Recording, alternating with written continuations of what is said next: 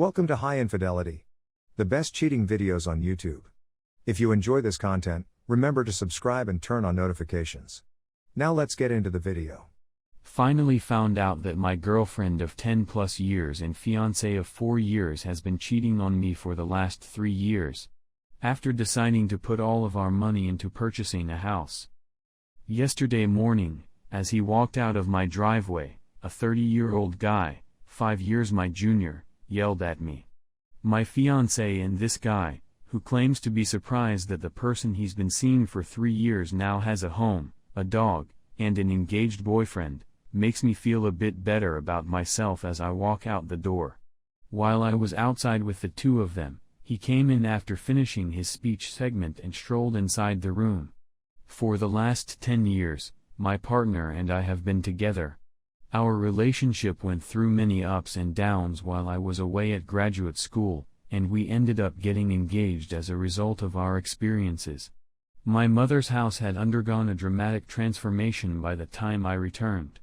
The lack of connection and intimacy between the two of us was just a continuation of what we had been experiencing before. They did, however, agree to work on the project as a collaborative effort. Things began to appear more promising, and we ultimately opted against having a wedding in the first place. Using the money we had saved and the money that our family would be able to give for us, we hoped to be able to purchase a home. Her connection with this other man comes to light after a year of living at home and years of arguing with me over my choice to allow her to be independent and go out with her friends on Friday and Saturday evenings. Over an extended length of time. In light of how connected our lives have become and the fact that we have this magnificent home in both of our names, I'm at a loss for what to do. In addition to being a superb canine friend, I am encouraged by the fact that she has not refuted anything and seems to have told me the complete truth about this individual. This man was capable of filling a hole in her life that I was unable to fill. Her motivation for doing the crime was twofold: she wanted to feel loved again, and she also wanted to restore her youthful look. I suppose our circumstance was too much for her, and she wanted to be able to pretend she was back in college or something similar to relieve the stress. To be really honest, that's not very fair to me. Though she said that she would want for us to work, I can't seem to get the picture of her and this lie out of my brain, despite her statements. Everything about our lives, our family, and our home is something I adore. But, despite this, I'm not sure I'll ever be able to love her in the same way that I did before. Please make yourself available to me. Update: my choice to spend the weekend apart from my partner came as a result of the news I had just received. When I confided in a few close friends, they supplied me with some sound counsel, but they eventually advised me against making any quick judgments in either way. You should feel these feelings, but you should not allow them to take over your life or demand filthy answers from other people in return. Despite the fact that my partner has been abusive to me, I have no ill will toward her and have no wish to see her die. We all know what you're thinking, and it may be an indicator that I'm losing interest in her, but I really don't want her to die by the side of the road in the middle of nowhere. All I want is for people to be honest with themselves, and I would like for everyone to be honest with themselves as well.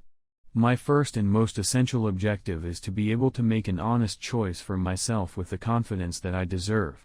There has been a great lot of discussion and disagreement about her motivation for doing what she did over the last several days, and this has continued into today. It's utterly unreasonable in every way.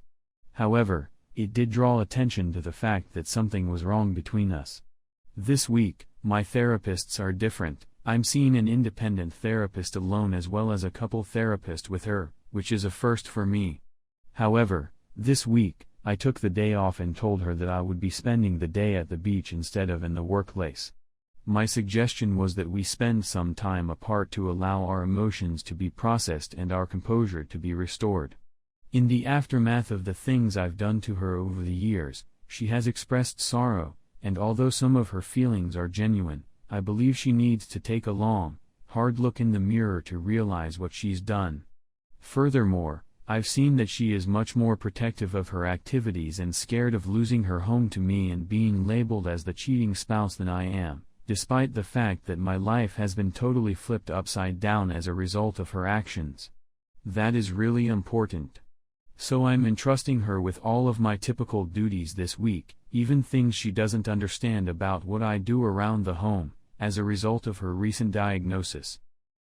Please accept my apologies, but I'm not going to accept your pitchforks and demand that I dump her in front of everyone while making a huge spectacle of myself. That's simply not the way I roll, to be honest. Better to make an educated choice and then be happy with my decision than the other way around. It will be because of her heinous behavior that I will have to leave her in the way in which I did that I will be able to develop as a person. She'll be even more dissatisfied if she happens to run into the person she might have been with earlier in the day. But I'm not quite there yet. I'm still a bit puzzled and befuddled by the whole situation. Update 2. A lot has transpired in the previous month or so, and the therapy has shown to be really useful. My ex-fiancée and I came to the conclusion that she needed to relocate to a new apartment and that we needed to end our relationship completely. We've apparently been seeing separate therapists and have agreed not to speak for at least a month as a result of our relationship. That period of time has been set out for me. I've realized that having constant contact with her and reliving past events and disagreements with her does not help at all and really makes me feel worse, so I'm avoiding it until I feel better about everything. If I ever have the opportunity. This period of time after my last update has sent me into the worst depression I've ever experienced in my life. However, I believe it has the potential to be advantageous. In addition to exercising and going on dates, I've been growing more aware of who I am and what I want/need in life as well as in a partner. In a long-term relationship that matures slowly, and when you come from a family with a history of infidelity, you tend to accept it as normal. And it has been the crux of my problems. No, I'm not sure what a normal relationship is or what it may be like. So talking to others who have no prior experience with anything like this and have no understanding of our situation has been useful because it has let me see how twisted our lives were and how screwed up what she did was as a result of her actions.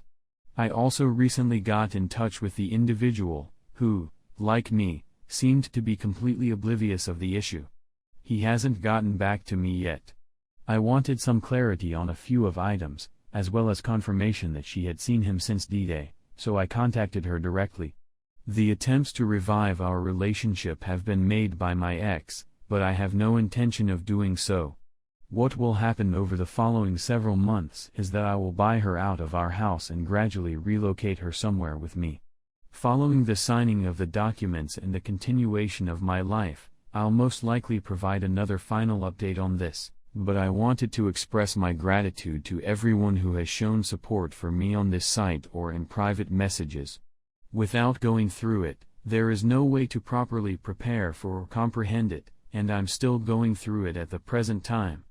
I get recurring nightmares and feel quite exhausted and gloomy at times.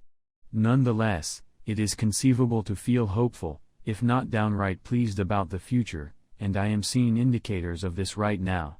I want to advise anybody else who is going through a similar scenario to do all in their power to get away from it as soon as possible.